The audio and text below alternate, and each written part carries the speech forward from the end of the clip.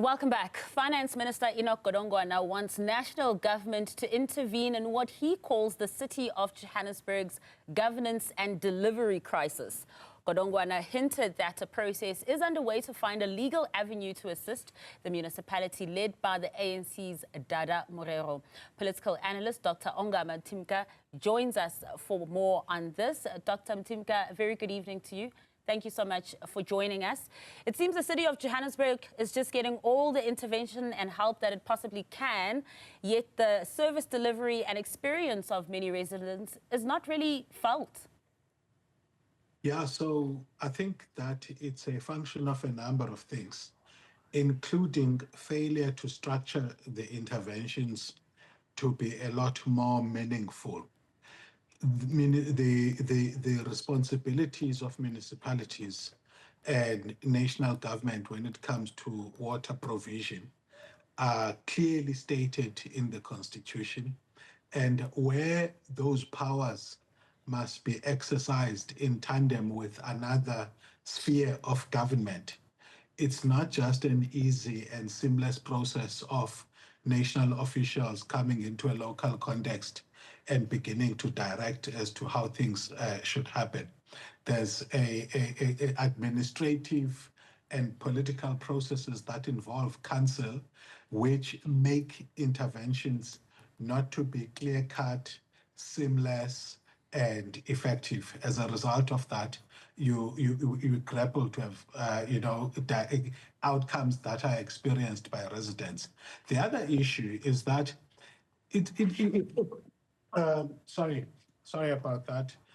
The other issue is that there is a tendency for these intervention processes to be politically charged in as far as they relate to, interventions being made by one group of elites in another sphere in ways that sometimes are not in good faith because of rampant corruption that's there in the public service, where you will find that instead of acting in the best interests of a receiving municipality, in this case, City of Joburg, because procurement is involved in this process, you find that one group of a technocratic elite is busy displacing the local group so that it may be them who influence the procurement process, not necessarily in the best interest of the municipality.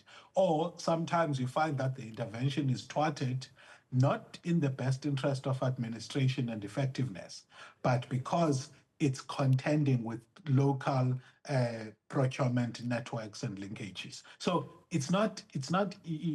low intervention is not as exciting as it sometimes sounds. But what I must say is that there are a lot of things that the finance minister cited which talk to some of the bureaucratic and legal issues that usually confront and have residents having the worst end of the process.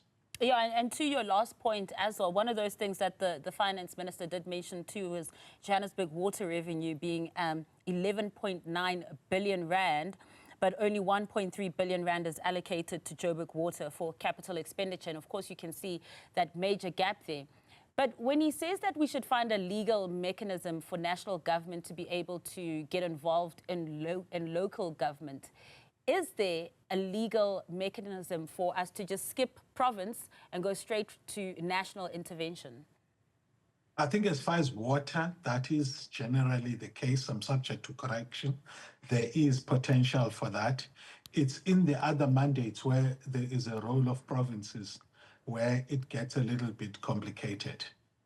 But even with national intervention, the roles are designated where the national sphere is just responsible for the provisioning of the reservoir infrastructure and the financing thereof and the licensing to extract from there. But once water is pulled from the reservoirs and flows into municipal water systems, whether those are water treatment plants or the entire distribution process to residents and businesses, that's where municipalities play a role, especially metros that play that role. Now, those are functions of local government that are clearly defined. I think that's where the particularities of interventions need to be relooked at. I know that the department, I've had some interviews in the department, are busy relooking at these delegations of responsibilities or these devolutions of responsibilities. In fact, I think the minister was also suggesting that when he mentioned among these new methods, including the one of ring fencing of funds, where they're making reference to a competency-based method. So instead of just saying all metros are expected to manage that water infrastructure from treatment works to or from reservoirs to treatment works to residents, they use a competency-based model in future in order to determine that what the extent to which a municipality can play. And by the way, we've done this approach that's based on competencies. When it comes to human settlements, for example, the standard role of municipalities is demand management. So they would develop a database of people who need housing, and then province and national, through different ways, would intervene in order to deliver houses. But there are municipalities that could get accreditation, which they called level 2 accreditation, to be eligible to also manage projects. Likewise, with Metropolis, we have an established principle that assesses municipality in terms of their readiness, among other things, before they can be allowed to have a metropolis. So we've got standards that are already established when it comes to how we use competency-based models in order to determine to what extent of responsibilities are there at local government. So I think that that's likely going to work. But the other thing that I appreciated about what the minister said is that they are no longer going to punish municipal residents or businesses because a municipality is failing to spend. They are going to find other accredited agencies. And what I wasn't sure of is whether that includes both public and private sector, who, if a municipality is likely not to spend, could be allocated the same funding in order for them to deliver the infrastructure instead of that money going back to the national fiscus. What guarantees then do they have that that municipality will then spend that money that they hadn't spent previously? You see, they are wanting to use other agencies, so it won't just be limited to the municipality.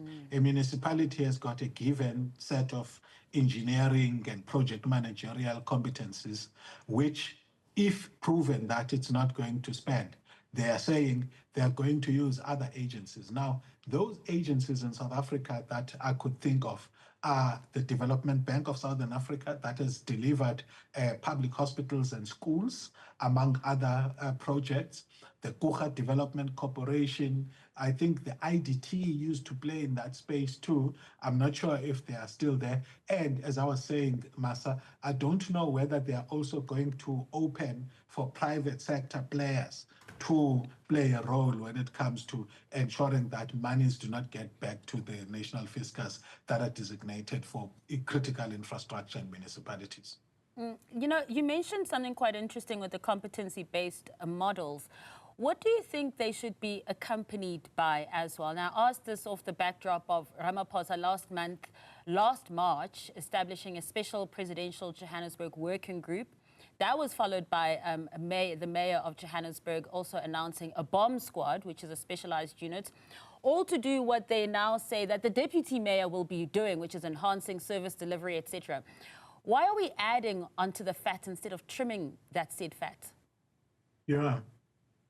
You see, my worry with processes that are concentrated at national government level to try and resolve either departmental issues, be they at provincial or national, or local government issues, is that the legacy impact of those and the adaptability thereof to the standard ways in which the municipality operates, they're questionable.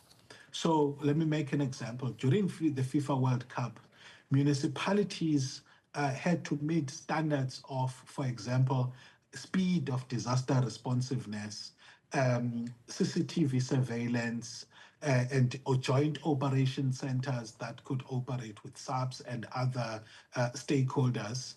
And when those were grounded in municipalities, even though there were technical support provided from, I think, both FIFA side as well as national government and donor countries, the legacy consequences of those were improvements of standards in municipalities.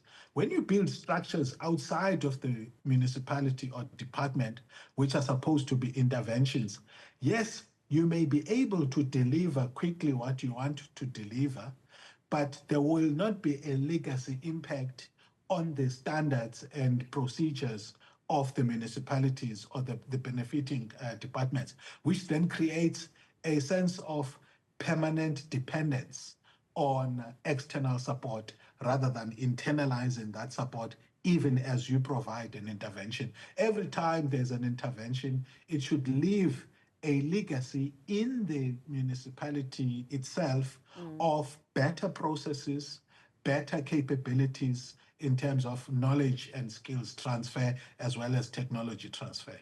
So not a sustainable solution if it's not grounded in the municipality. But remember that some of these can be categorized properly. So there's a reprieve that is urgent that needs to be delivered. And so that could be a project that gets pushed until a certain stage.